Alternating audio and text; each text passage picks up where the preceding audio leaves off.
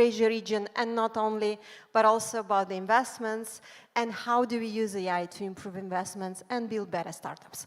And for that, my panelists, please, you were already announced, please join me on the stage.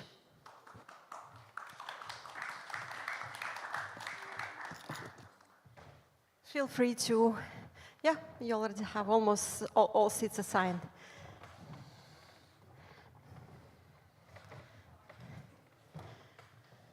I hope you're feeling well and all good. I would start with asking you to present yourself, like 1-2 minutes, just what you're doing, what is your focus and expertise, and maybe how do you see the development of IT ecosystem in general? But we can also talk about this a bit later. Let's start. Amir, would you? Hello, everyone. Thank you for coming, and it's exciting to be here. Just a quick background on myself.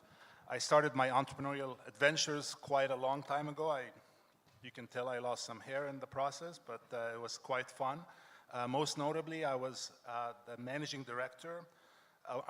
director of marketplace for a company called Souk.com, which became the largest e-commerce platform in the MENA region, the Middle East and North Africa region. We've built it from the ground up to final exit to Amazon for about $600 million. So that was quite a ride. More recently, I've been a senior advisor to the Minister of Commerce and Investments in Saudi Arabia. So I was involved in vetting and approving and recommending all the tech regulations and initiatives related to developing the local startup ecosystem.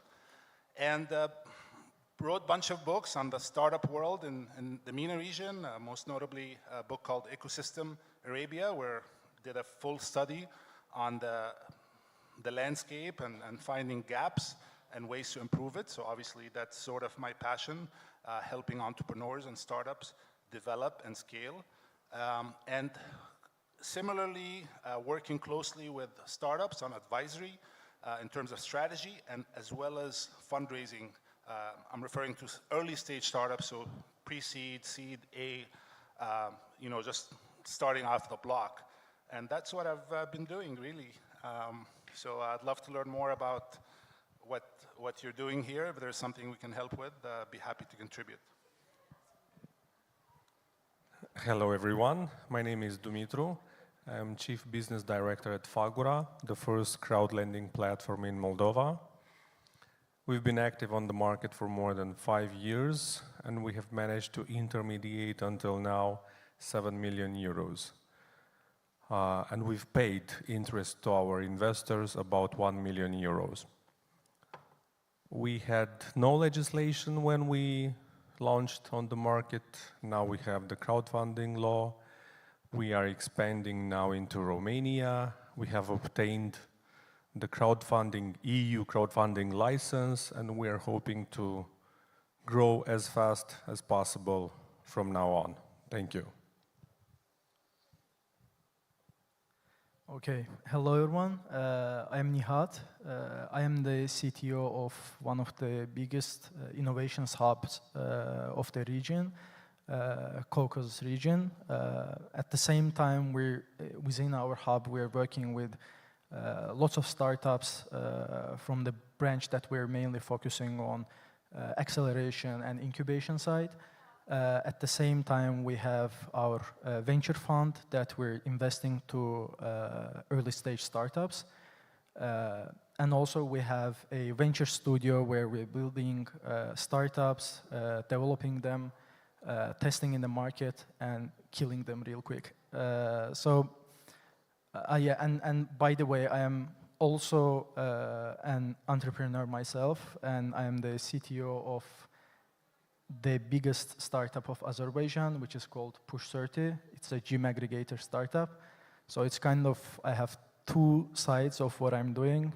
The first one is the CTO of the Innovation Hub, and at the same time, I have basically my own startup that I'm working on. Thank you very much. Thank you. I'm Steinar. I'm a founder of quite a few startups. I did 17 startups in the 90s. I did some failures, went bankrupt, learned a lot from that, and I was even able to do some nice exits, so I earned some money from it. And that money actually made me from year 2000, 2001 to take an initiative to solve the biggest problem in the whole global innovation ecosystem, which is funding or access to private equity funding for early stage startups. That is what is today known as the Seed Forum. We did 500 plus investor forums in 50 plus countries around the world. We trained 10,000 plus founders to match with investors, to pitch train them to match with investors during the last 20 years. Corona hit us badly, and by that we used our competence and experience from the past almost 20 years to evolve the whole Seed Forum organization during the last 4 years into a global hybrid accelerator program. And I'm very happy to be here today simply because we're also currently launching the Seed Forum Global Accelerator Program and looking for the first entrepreneurs from Moldova and Romania. We are certainly as well looking for founders to participate with advanced acceleration out of the whole Eurasian region.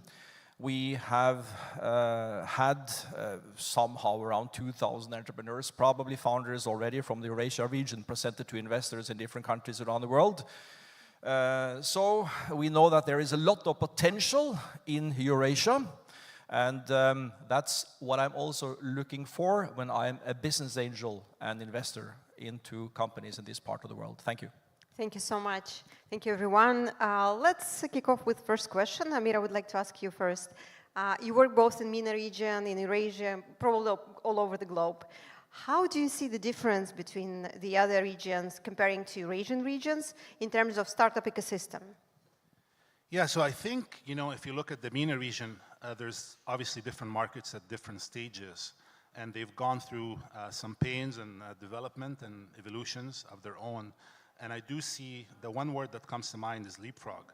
You know, so with leapfrog is really about combining proven international practices with very good intimate knowledge of the problems, of the local problems. So that combination of the best of both worlds, I think, what allows emerging markets to develop quicker. Now, the thing with leapfrog is not about going to the latest necessarily and skipping foundational steps. And that's a mistake I see is, you know, you have to make sure that you have the right foundation and the technology or the best practice you incorporate is about accelerating that build out of the foundation rather than skipping it. So a case in point, if, you know, if you're a startup, I come from an e-commerce world, we wouldn't, for example, jump to AI recommendation engine before we have the logistics and the payment set up in place first. So you have to kind of understand what are you trying to solve early on and make sure it addresses local problems and focus on that. And the AI or the technology is an accelerant as opposed to a substitute for flawed or fundamentally fundamental gaps within the business, right? So it's not, you can't dress up a bad business with AI, right? And I see it all the time. It's like, okay, let's make it AI and we have all these features and it's exciting and look what it does. But is it really what are you solving for the right thing? So that's my advice to entrepreneurs is just make sure you have the fundamentals right and then use the technology to help you get there quicker and more feasibly and scale quicker. But, you know, you're not going to skip steps, so to speak. So I hope that answers your question. Yeah, absolutely. From what you're saying, I see there is a lot of potential in this region, especially in emerging economies like Moldova, let's say. Steinar, a question to you. You were speaking, we were talking in the corridor, and you were telling that soon you're going to launch an incubator and accelerator program for both Romania and Moldova. What makes our startups remarkable in your view? There is a lot of potential in Moldova and other countries beyond in the whole Eurasia region. But it's sometimes very difficult to see this potential. I can give you one example. For instance, in your neighboring country, Ukraine, unfortunately in the condition it is these days, but still remaining in the position that there is still a lot of technologies hidden in shelves and drawers around the country. from previous days, which could still be commercialized. You know, this is just an example of a major potential that is never really talked about in Ukraine. This is what we and I have been looking for as an example in Ukraine. In Moldova, this country sometimes promotes itself only about the wine, but Moldova is much more than just wine. Wine is fantastic, obviously, right? But it's a tremendous potential also within the IT sector and energy sector and beyond in Moldova. You just need to find it. We definitely are lacking one unicorn from Moldova, so hopefully you're going to help build one. There's no unicorns yet created by Moldovans. But anyway, let's continue and speak about the Caucasus region. I know you, in your innovation lab, you do have a VC studio. You invest in startups, you help them grow, but also together with the corporations invest in them. What makes a startup investable from your point of view? Okay, that's a bit of a tough question. I mean, everyone has his own, let's say, assumptions, because mainly we're focusing on the team. In the regions like Caucasus, the whole MENA region and Central Asia, the team is really important. The talent retention is a huge problem in these regions, and everyone is leaving the countries for a good opportunities. So finding a right team and investing to people is very important in my opinion. So whatever we're doing is mainly comes with the team. So there are some global examples. Whenever someone exits for some amount, they're getting investments really quickly specifically because of the team and their capacities, capabilities. So for us, number one is the team, and as well as the product is very important. But if the team is there, it's really easy to pivot, to coach them, to mentor them for the right product, and to make the product investable. But when there are challenges with the team, it's getting harder, to teach them, to educate them, to coach them, to find the right investor that will bring the smart money to the table. So whatever we're doing, the first thing that we're mainly focusing is the talent. That's why we have our own school, and we're currently building our own university as well, which is mainly focusing on entrepreneurship to create people with the right mindset, to make them investable from day one. Thank you. Both of you, you're mentioning talent, but I would like to ask everyone now, besides talent and the team, what else a good investable startup should have? Just feel free to answer who feels first. Could you say again, please? What do you think should an investable startup or an attractive startup for an investment should have besides having a good team, if there is anything else?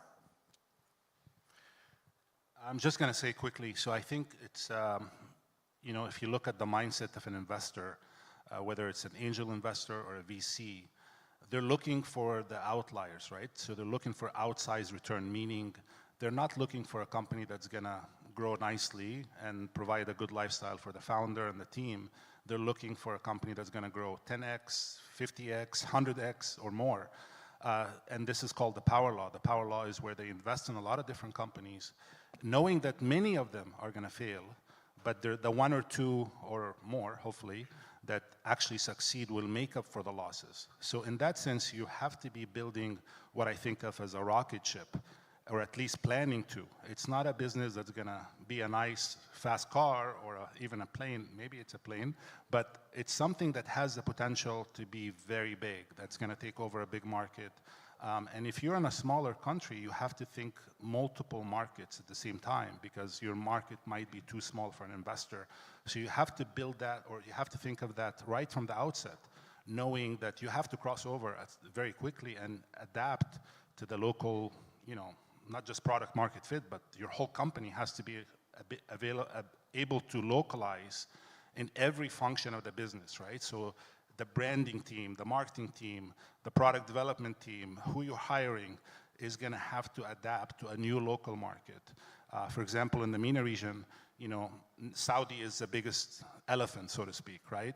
So if you're building a new UAE and you've built for the UAE, which is a little bit more Western Americanized type of environment that's different than Saudi and Egypt, which are the two biggest markets, then you're not ready to grow into those markets. So nowadays, the startups there, they start in the UAE, but they're building for Saudi. They know that what they have is going to also work in Saudi, and it's just a matter of proof concept, get the money, and then quickly go to Saudi. So you have to put yourself in the mindset of the investor and show scale, show the possibility of scale. Amazing. Anyone else? Yes, Steinar, and then Dumitru. I'm regularly looking at two things being a business angel, and those two things are not different from Eurasia to the rest of the world. And those two things are mainly their revenue stream model. Basically, if one could do things a little bit differently in a new way, that creates fast growth.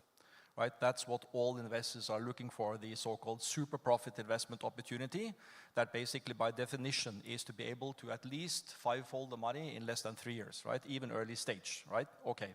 I'm not saying that there's many who actually are capable of doing that, but that's what all investors basically are looking for. And additionally, I'm looking for team.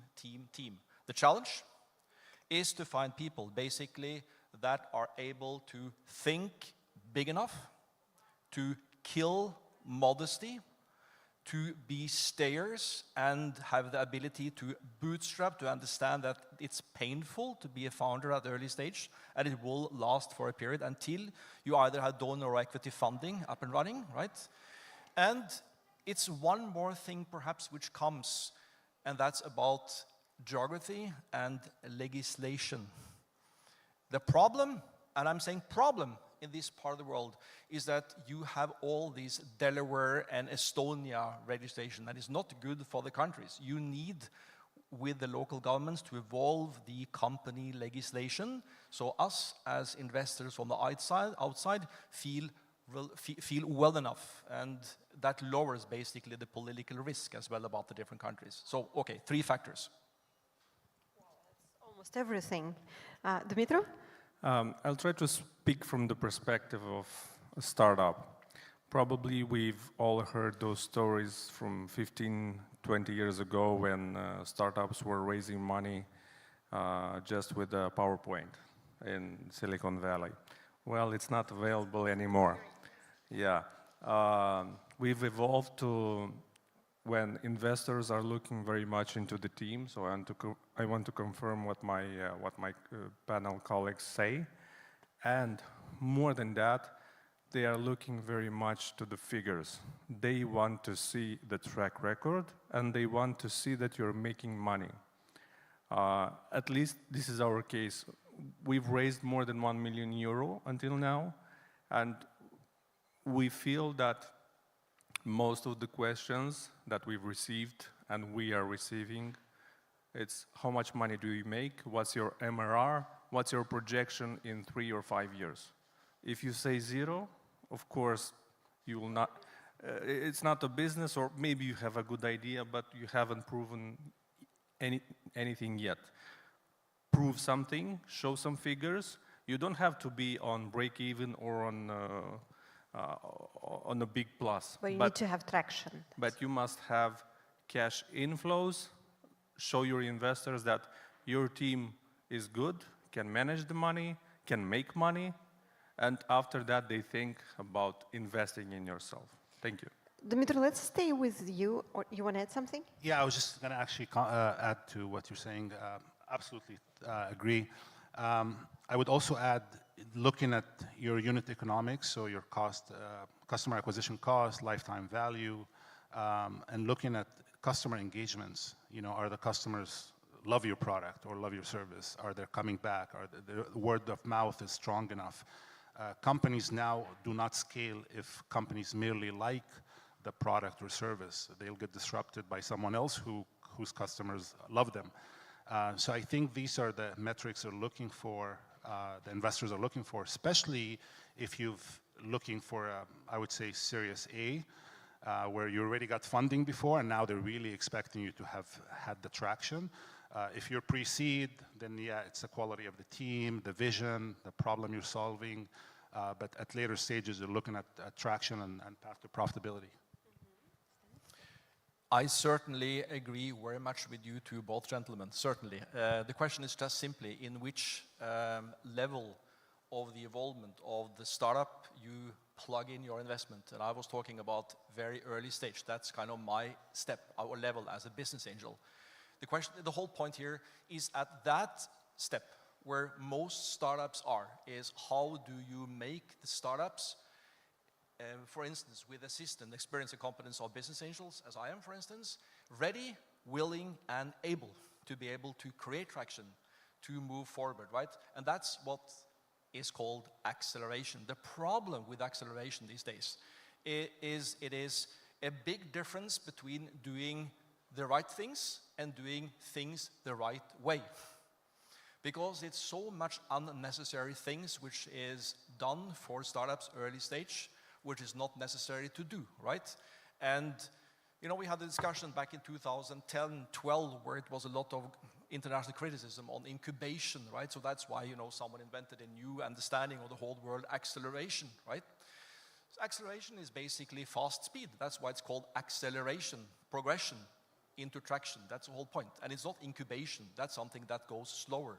So the question is, how fast can you, as a business agent, I am, for instance, assist on making the companies ready, willing, and able to get to the level of a Series A? Nihat, the question to you. Are you a successful accelerator?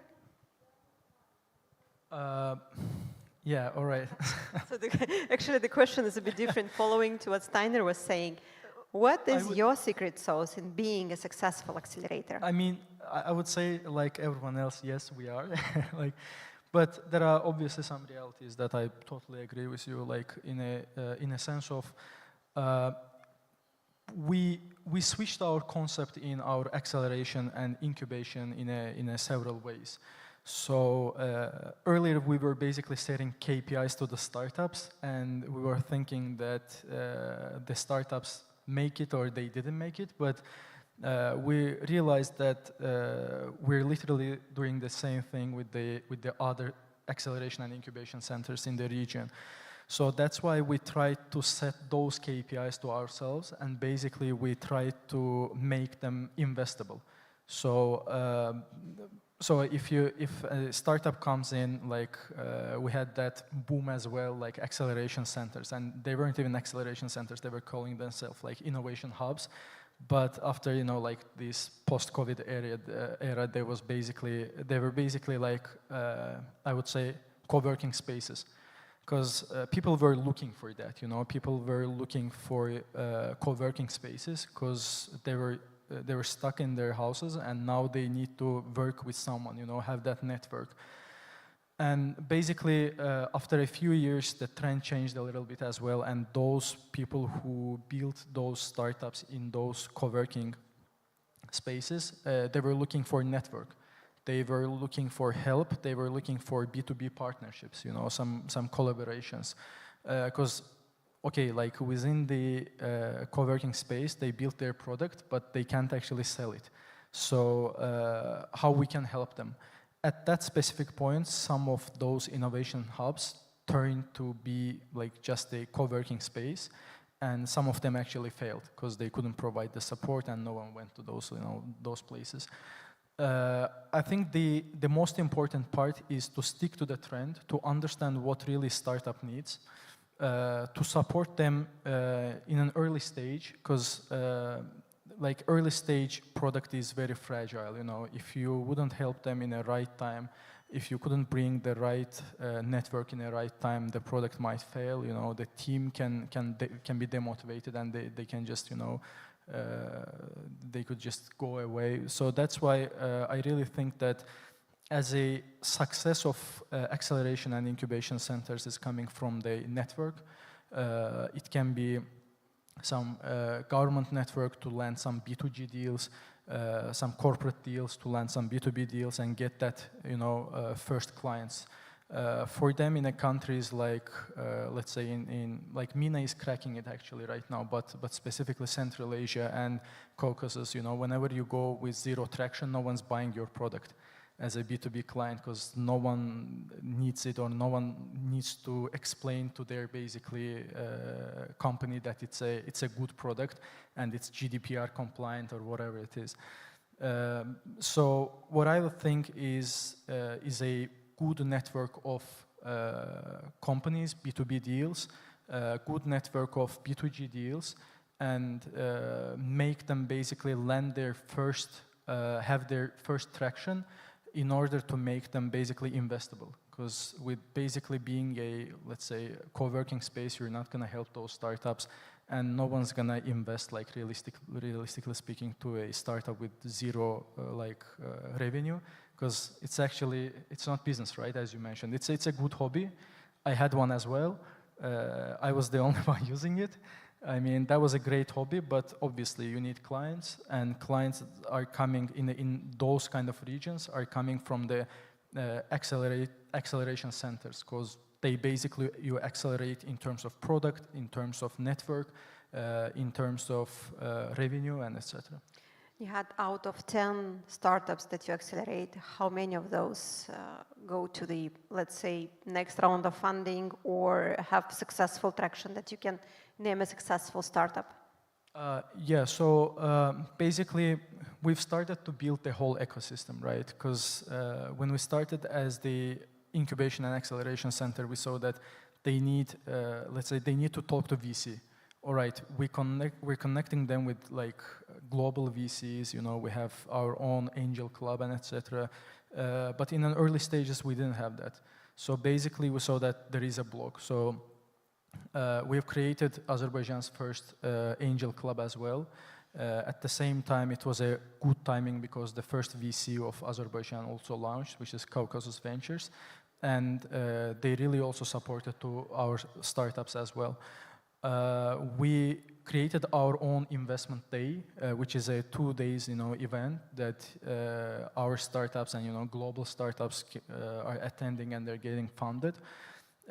So our startups, last year they got funded around, they got investment around, I would say, $3 million last year. And this year it went up to $7 million. So this is a huge number for our region, for a country which is mainly focusing on, which is basically mainly is an oil and gas, basically economy, and getting those money from external VCs to our country is very important. At the same time, it's obviously a huge plus for the startups as well. So I would say nearly 40–50% of our startups are getting invested. You know, from what you're saying, it takes a family to grow a child or a village. It's incubators, it's accelerators, and it's angels, it's VC, it's government, legal, and everything. And by the way, just to add one more point as well, like we're like always improving whatever we're doing. So now we understood that we need some place to collaborate as well. Like we have our office as well and all that stuff, but that's not enough. So we're building a technology park. It's around 30 hectare, you know, place, and we're currently collaborating with the biggest corporates of Azerbaijan to basically bring their IT team and innovation hubs to our technology park as well. I want to go to the discussion about the investments, how hard it is to invest, what investments are looking in this region, and whether countries like Moldova have the attractiveness for a VC to come and invest in a startup. Dumitru, the question is to you. You raised over 1 million euro. It was in 2 batches, I believe, right? Or even more, because it was in 2 batches that you raised. What were the biggest challenges for you doing it first time and second time? And if you can share some tips and tricks for the audience. Quite a lot of challenges, quite a lot. We had 3 steps of investment. We've organized 2 crowdfunding rounds on seeders.com in London. And the third one was a private investment round. So in the first place on Seeders, it was the first company from Moldova that wanted to attract money from investors. It was not possible for Moldovan investors to pledge money. So we had to mobilize all our investors from abroad in the country to come on Seeders and invest if they trust our idea. So it was quite difficult. We've prepared for that moment about half a year. We've worked with investors. We've had different meetings, online talks to explain. In the end, we have subscribed the round. We've raised in the first round about 300,000 euros successfully. The second round was about 750,000 euros. But the second time we have convinced Seeders. So basically we were lobbying as a Moldovan company, British company, to accept payments from Moldova because it was not possible. So did you manage? Yes, it was another 6 months of negotiating.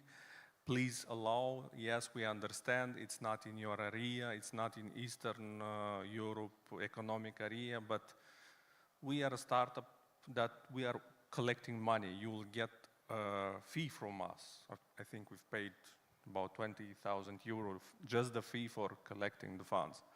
In the end, they accepted, so we managed to mobilize basically all our investors in Moldova, in Romania, and abroad, and successfully oversubscribe basically the round on Seeders.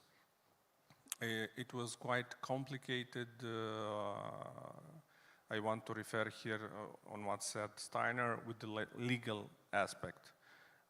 The legislation at that time in Moldova until now, it's quite complicated to get more investors, to get funds to invest and make them sure that your investment is safe. So what we did, we went to Estonia. We've registered a company, the mother company in Estonia, so that we could prove we are a trusted company with the public data, with a law system that is known, that is more or less okay, and it's safe for investors.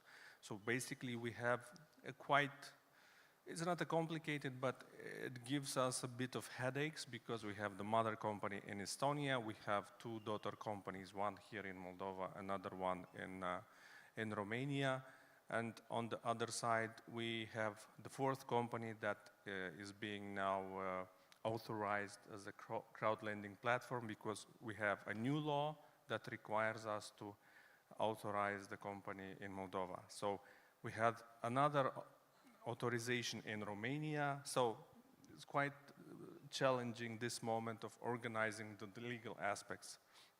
We've spent sometimes tremendous time, unnecessary, just for the legal part. Just for convincing investors that we are of goodwill, or even if they don't know about Moldova, maybe it's a country that it's not in their area, but we have an idea, we have a very powerful team, we are very dedicated to make this successful, and the only barrier was the fact that we are from Moldova and we don't have an European legal entity. So we had to diversified companies, if I can say so.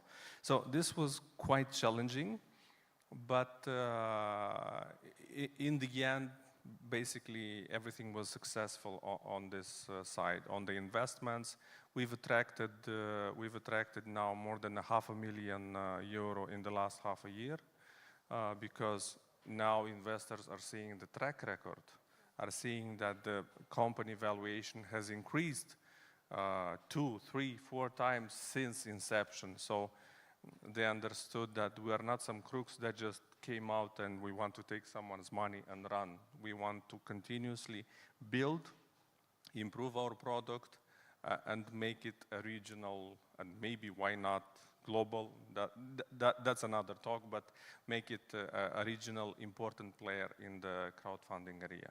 Amazing. Steinar, you want to? This is very good news.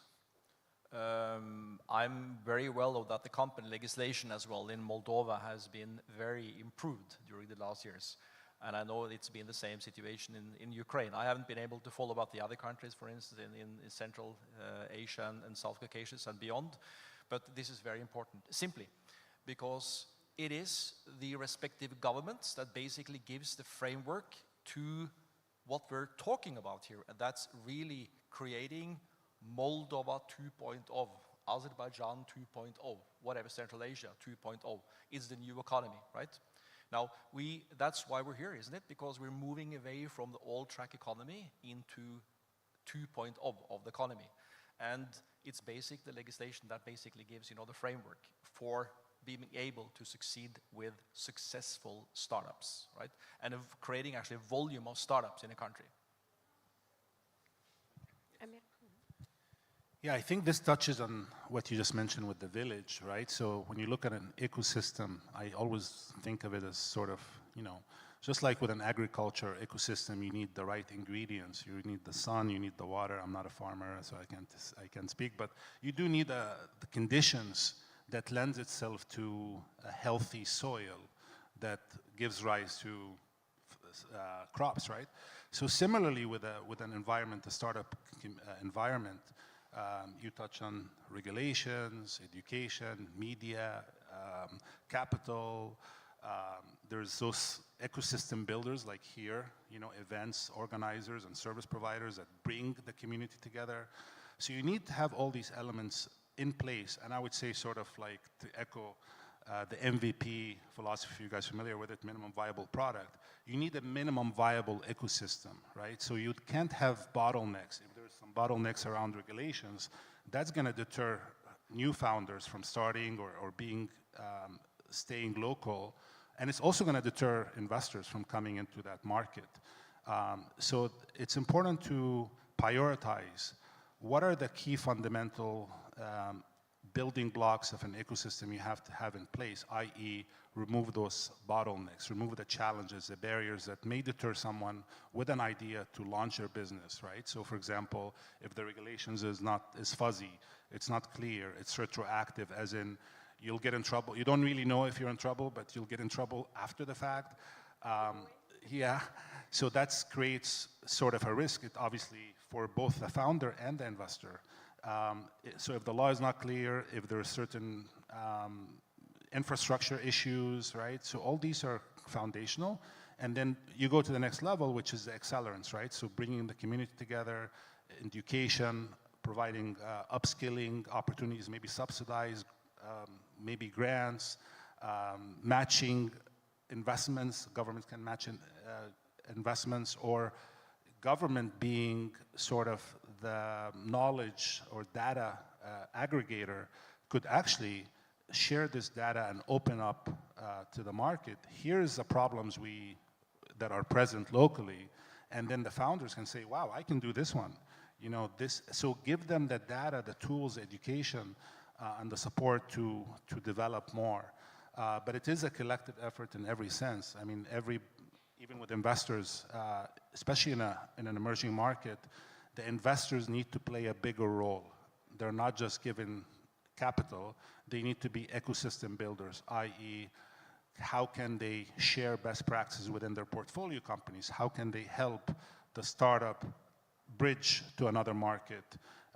And really being much more hands-on in terms of support beyond just capital. But then there's also the local success stories. If you have more success stories, then naturally the investor and the founder's appetite in that market increase. And so that's media. That's more about just the culture and the mindset and understanding that, hey, this is a viable career opportunity, and look, that's very promising. And there's this misconception that you have to have this sort of career path that lends you to be successful as a founder. But if you look at some of the biggest companies in the world, Google, Facebook, or Meta now, Amazon. I mean, these were first-time founders, right? Right off the bat. First company, multi-billion-dollar company. So there is, there's no real barrier for someone to build a successful startup if they go through the right steps. Now, granted, there's many factors that determine how successful it can be, but nevertheless, breaking those misconceptions and showcasing entrepreneurs who started from scratch or had challenges and were able to secure funding, or maybe didn't even get the funding, but nevertheless managed around it, is a good to build that mindset and the culture, and then providing all this additional support from all the different players as we discussed. I think those are the key ingredients that organically help those startups develop and grow.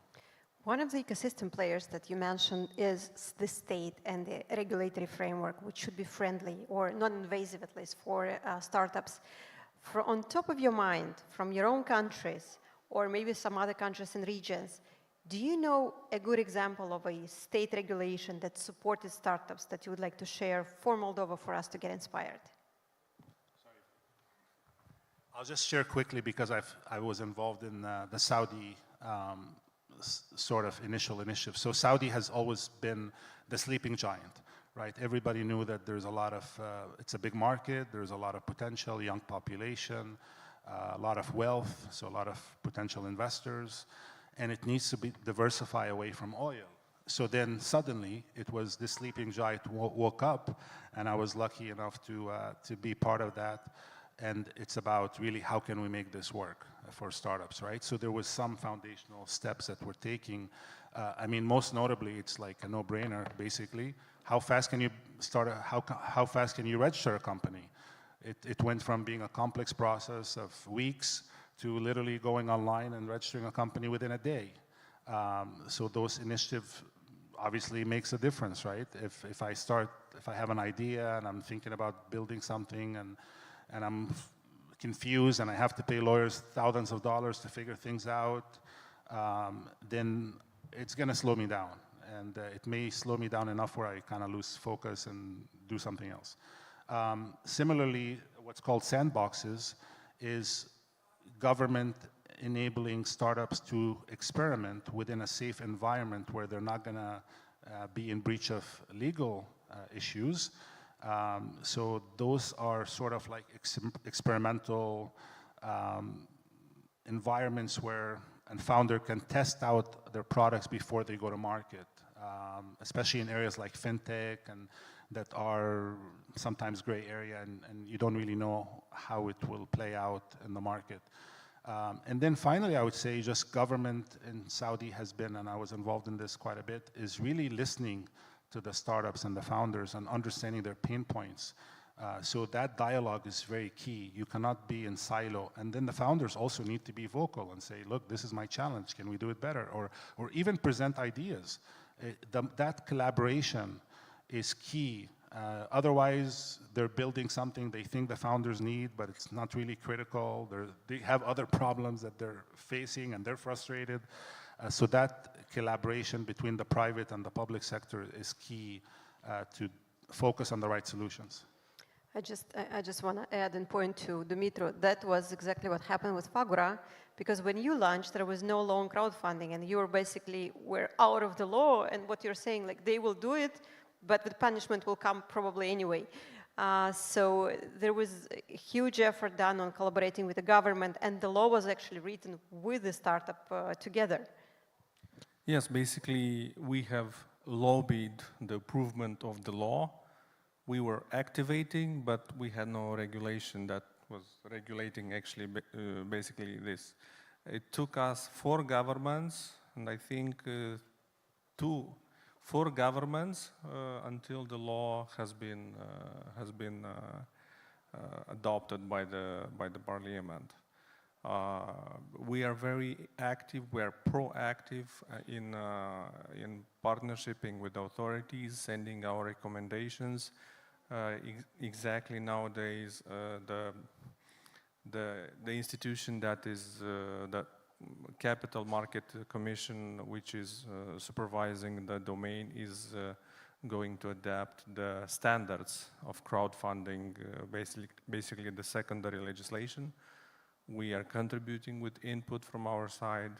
We're taking a lot of recommendations from the European Union crowdfunding law, and we're trying to transpose here, yes, in Moldova. Yeah, great example of successful collaboration. Keep it like that.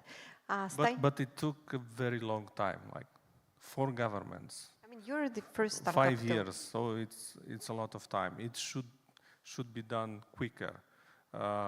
It's good that this year the government has changed and improved the law for the founders. What Mrs. Steinar was saying, that now you can be much more flexible with the founders, how many investors you can have, which we did not have in the past when we've created the company. Sure. Steinar, you want to add something on the examples of the good, successful state initiatives to support the startup ecosystem, right? If I understand the question, it's about the best practice from a government point of view, correct, right? Okay, yeah, I would very much like to share exactly what I would envision any of the countries or the governments in Eurasia would do. And again, back to what I said, how to get, you know, the backbone of the innovation system of the respective countries to enable a heavy increase of amount of startups to get to 2.0, right? That is basically the example from the neighboring country, Ukraine, that Ukrainian startup fund did when Zelensky came to power. And that was actually enabling a first-level publicly supported accelerator, governmental accelerator program.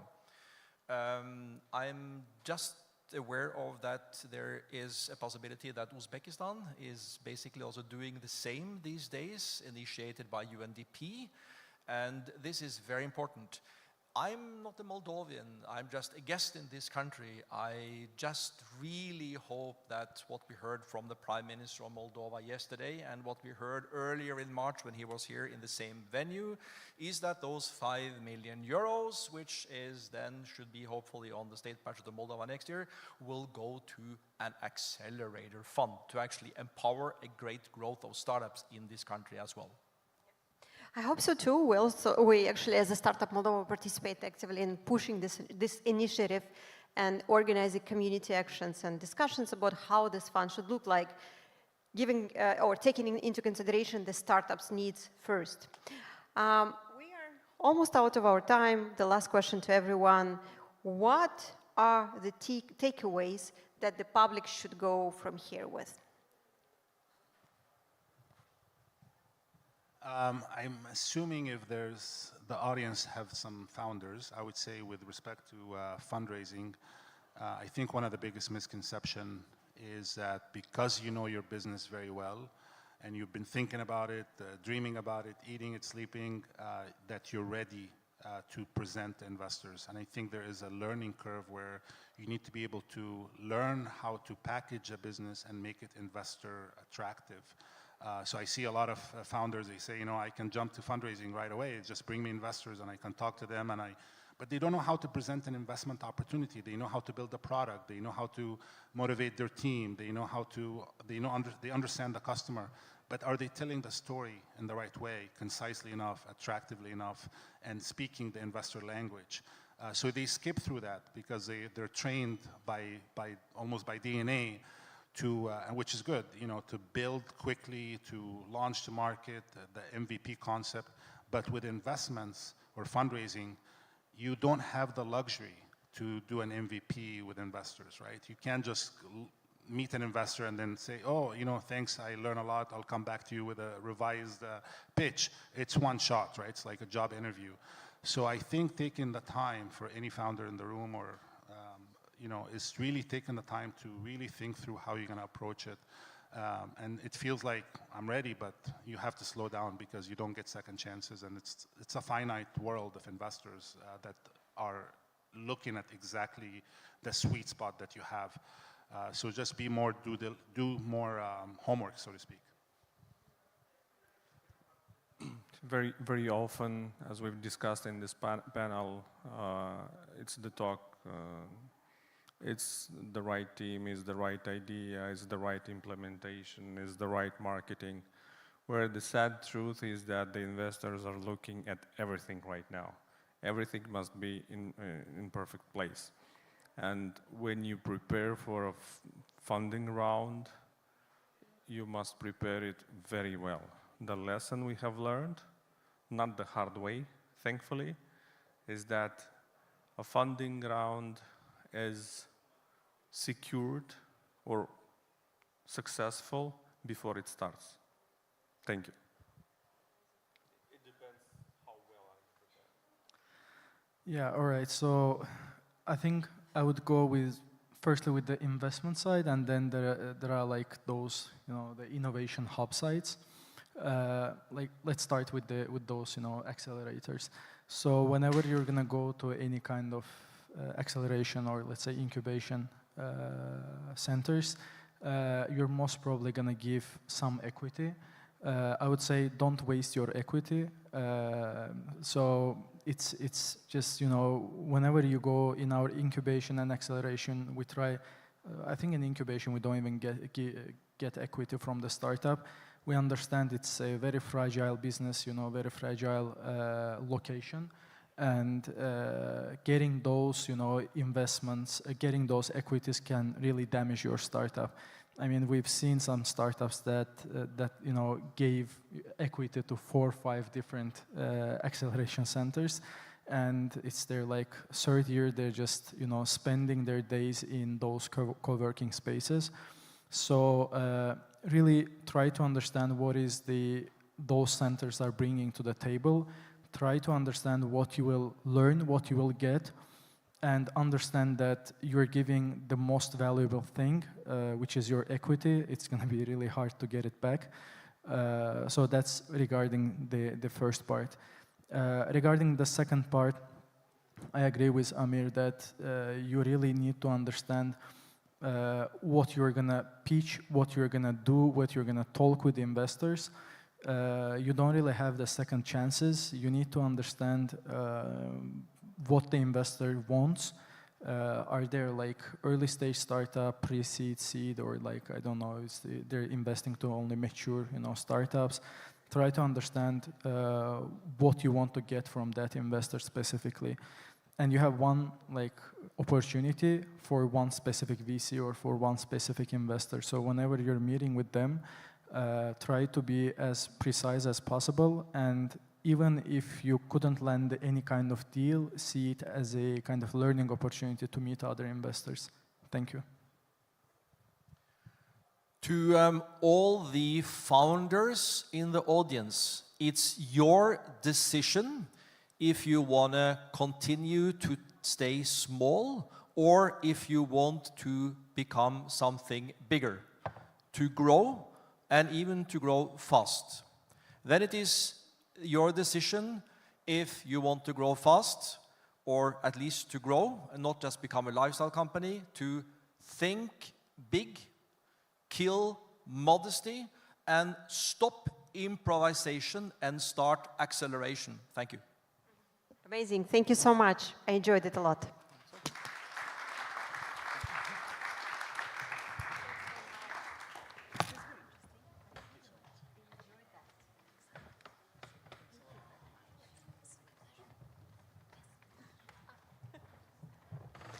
So we're approaching the end of the event, but